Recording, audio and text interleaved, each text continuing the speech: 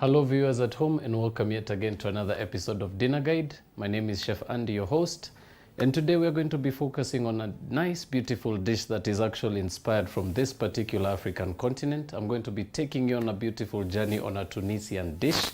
We're going to be making a Tunisian vegetable couscous, and I will begin the process by introducing the ingredients before us just to give you an idea of what to expect in this very show. So from the very front, I've got a teaspoon of cardamom powder. I've also got about a tablespoon of some orange zest already chopped very finely. I've also got 1 red onion and some fresh coriander leaves. I've also got there 1 yellow and 1 red bell pepper chopped. Of course, we're going to be working with a half of each. You're also going to require 2 medium or 2 large sized tomatoes, 2 peeled carrots, 1 medium sized courgette. You also require about half a cup of some chickpeas that have been drained.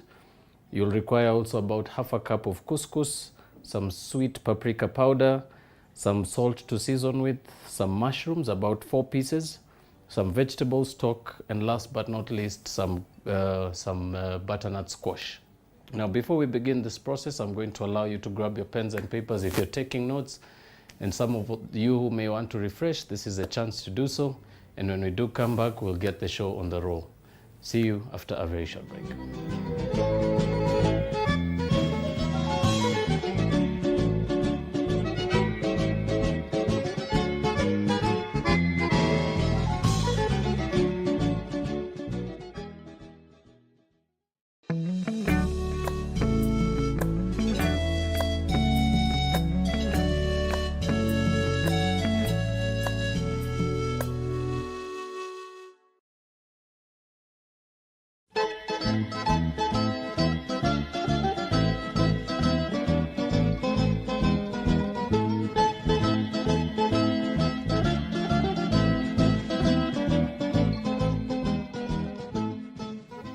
Hello viewers, and welcome back. For those of you who are just catching up with the show, we've just been introducing the ingredients, and now we're about to start this very simple Tunisian dish. Now, to start us off, we're going to begin by cleaning out our butternut squash. So using a sharp knife, we're going to proceed to begin by cutting that into half first of all. Making, of course, sure to use a sharp knife and be very careful not to cut your fingers. Right, so we're going to reserve that last piece. And now to this small piece that I have in front of me, we're going to begin by deseeding it. So very simply, with a spoon, begin by scooping out that heart of the butternut with the seeds. And you can discard that.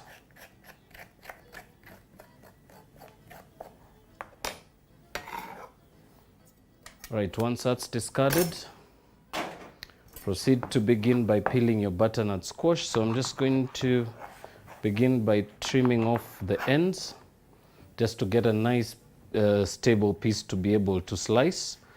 And then just very simply with your sharp knife, proceed to go right around the outside, taking out that hard protective skin. And of course, as I mentioned, be sure to do so with a sharp knife. It does always make your work easier.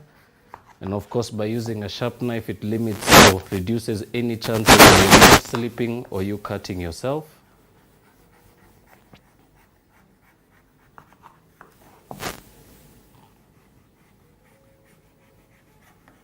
Proceed to keep going right around. Of course, taking time to make sure that none of your skin is still attached to the butternut.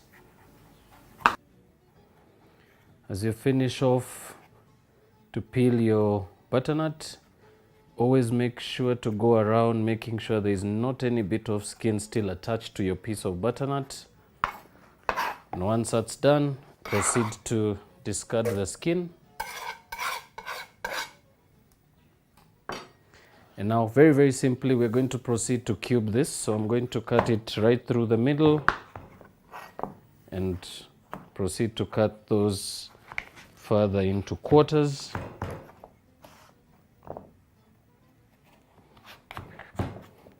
And once that's done, proceed to slice those into 1-inch cubes, making sure to try to find as even of a size as possible to allow them to cook in a more even and controlled pace. Right, so once your butternut is done, we're going to begin by heating up a pot here on the side. And to that, we are going to also add a bit of oil. So very, very small dash. Now, one particular thing I love about this very simple dish, it's that it's very practical. It's one particular dish that will allow you to do a little more than you should be able to. It does also have a lot of different variations if you can be able to do a bit of research. But for those of you who may actually be very vegetarian, remember this is a very good dish that's high in calorie, low in fat, low in cholesterol. So for those of you who are battling with such issues, this would particularly be a very good dish for you. All right, so we've got our butternut squash going. I'm also going to be incorporating my courgette, so I'm just going to slice that into 1-inch chunks as well. Add that to your pot. Your pot should be going at about medium heat at this stage. Right, now for the carrots, we're going to just slice that a little different just to give the presentation a bit of a kick.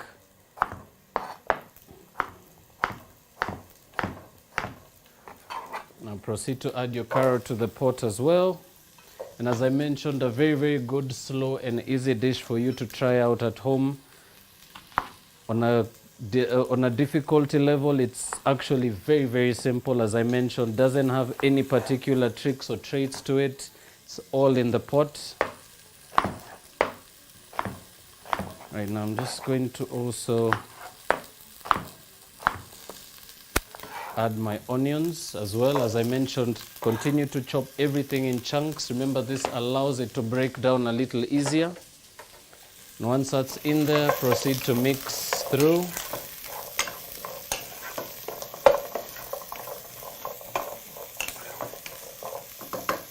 Your pot could actually be a little dry at this stage, so we are going to add a very small dash of oil once more.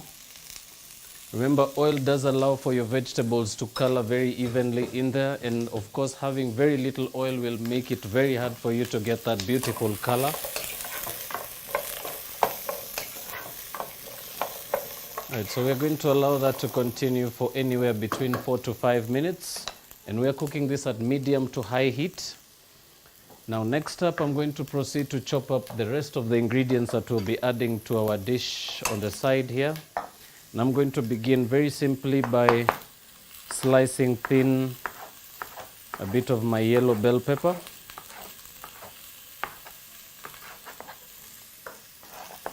And I'll do the same thing with the red bell pepper. Of course, we're looking for about a tablespoon of each. And you can reserve the rest to use later. Next up, we're going to proceed to dice our tomato. So very, very handy. Always begin by taking out the stem or the root end of the tomato and just discard that. And proceed to just chop that as well into some very, very small chunks.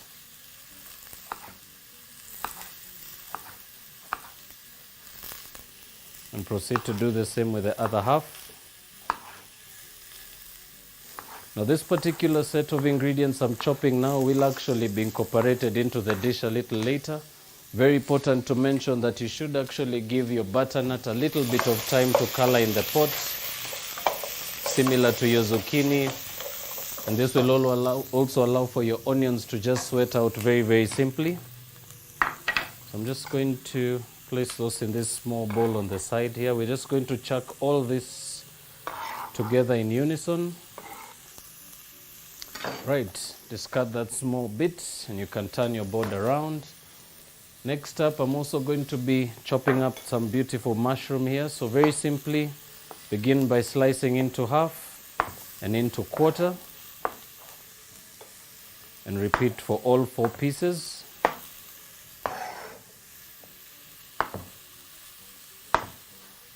Now, mushrooms are particularly a very, very good alternative for vegetarians. Also very good in cholesterol, very, very low fats, and a very, very handy ingredient, especially when trying to really come up with some good innovative dishes at home. So I will recommend, if you haven't tried any mushrooms as of yet, you should actually be able to find some at your retail stores.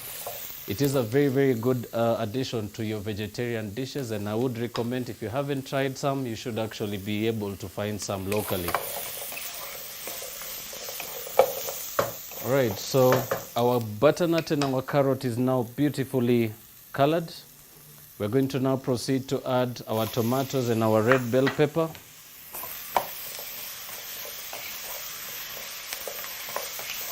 Proceed to mix through. And now at this stage, I'll also proceed to add my cardamom powder. And we're also going to be adding about a teaspoon of some smoked paprika. If you can't be able to find this at particular outlets around you, you should actually be able to find regular paprika powder. It shouldn't make much of a difference.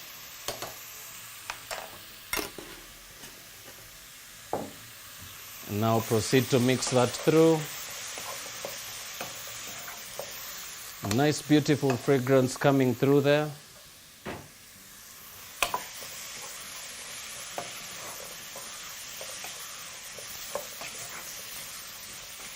Now, for some of you who may not have worked with couscous before, also a very good addition to your dishes.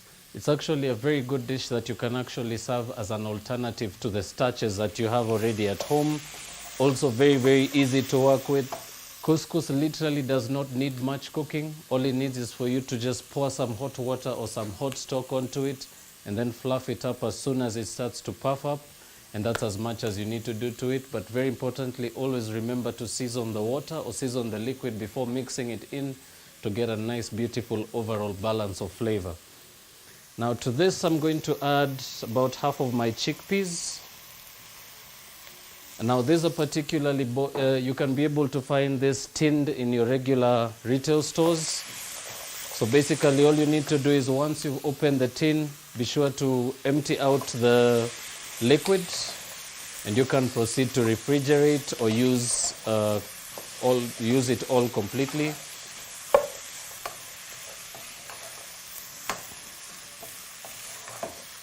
Right, nice beautiful aroma coming through there from the paprika. I'm also going to finish off by adding my mushrooms. And once more mix through. Always give your ingredients a bit of time to color as well. Allow for the heat to permeate right through, making it possible for you to soften your butternut and your courgette. And for some of you who may also want to replicate the same recipe, but you are looking for a protein substitute, you can be able to actually poach a bit of chicken. One particular trick I like to use is season your water with a bit of paprika. Poach your chicken very, very gently. You should be able to slice that very thinly or into chunks, and you can be able to mix into this particular dish, but once it's completely fully cooked. And remember, adding meat at this particular stage, like you did for the other ingredients, may actually hinder the chicken from cooking perfectly. So be always sure to cook the meat and then incorporate it into this particular dish, or of course begin right at the beginning by sealing your chicken in some oil. That way you'll make sure that your chicken does not actually go onto the table raw. Right, so tomatoes are starting to soften now. Pumpkin squash is also now starting to soften a little bit. Now at this stage we'll proceed to add our stock. So I'm using vegetable stock for this particular recipe. You are not limited to using only vegetable, but for the reason that this is a full-on vegetarian dish, I have opted to go with 100% vegetarian stock. Right, so we're going to allow that to begin to simmer. I'm going to allow the liquid also to come to the boil, allow for the butternut to soften very lightly. And we're also going to take a very, very quick break. But when we do come back, I will bring you back to the pot, show you a bit of technique of how to finish this dish, and we'll go straight to plating. But before then, please don't touch that dial. We'll be right back.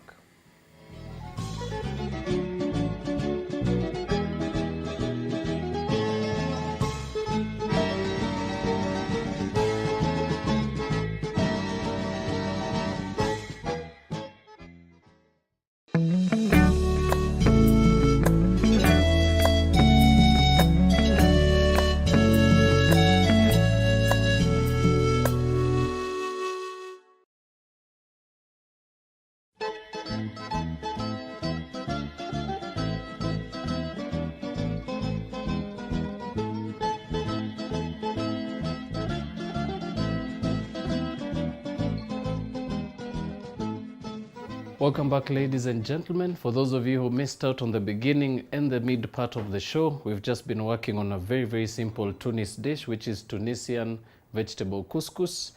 And now our vegetables are a little tender now, but we still have a bit of liquid reserved there. Now we're going to just proceed to add our couscous into this. So I'm just going to give that a mix first. And all you need to do at this stage is just add your couscous into the bowl, give it a quick mix.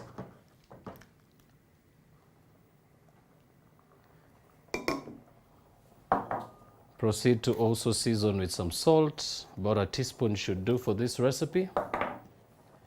And finish off by chopping in some fresh coriander.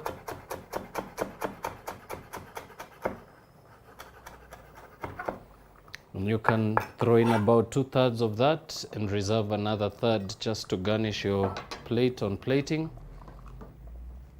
And now all you need to do is just place your lid over the pot. Leave your pot to continue simmering at very low heat and proceed to turn off your heat completely just as soon as you start to see that couscous come to its particular size. So that should take you anywhere between a minute to a minute and a half.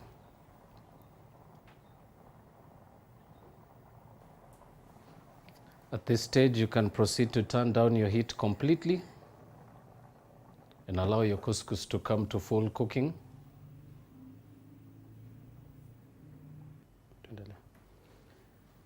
After resting your pot for anywhere between a minute to a minute and a half, proceed to remove the lid and proceed to give your mixture a quick mix.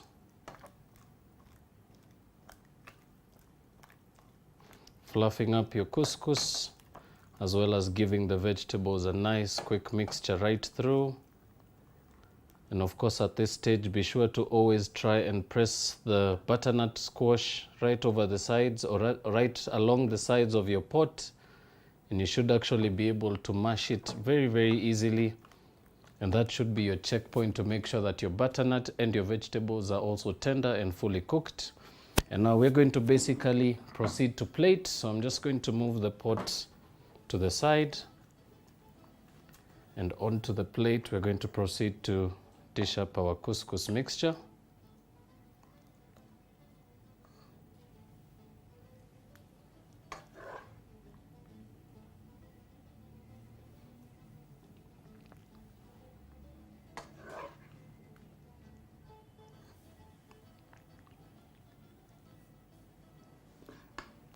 Once that is done, we're just going to proceed to place our plate right on the counter as we did, and proceed to just garnish with some freshly chopped coriander leaves.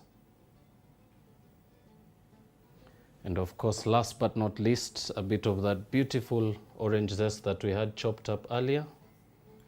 And now this particularly, as soon as that hits the top of a plate, it really brings a nice, beautiful balance of aroma and a nice, beautiful, humble feeling to the dish. And that, ladies and gentlemen, would bring us to the last and final step of our Tunisian vegetable couscous. I do hope you've managed to pick up something handy on this particular episode today that you can incorporate into your own kitchen. But I will also remind you that if you do have any questions pertaining the show, you can always write back to us on our Facebook page, that's BrandPlus TV. And you can also be able to catch up on this and many other episodes that you may have missed out right between this particular episode and in the season that has been going on. But for this and many more, I do wish that some of you will actually try this dish on this particular beautiful holiday month of April. And for those of you who are also looking at nice, beautiful alternatives to share with your family during this particular season of Easter, this would particularly be my particular favorite. So from the studio, I'm going to bid you farewell, thanking you so much for tuning in today. And until the next episode, God bless and see you soon.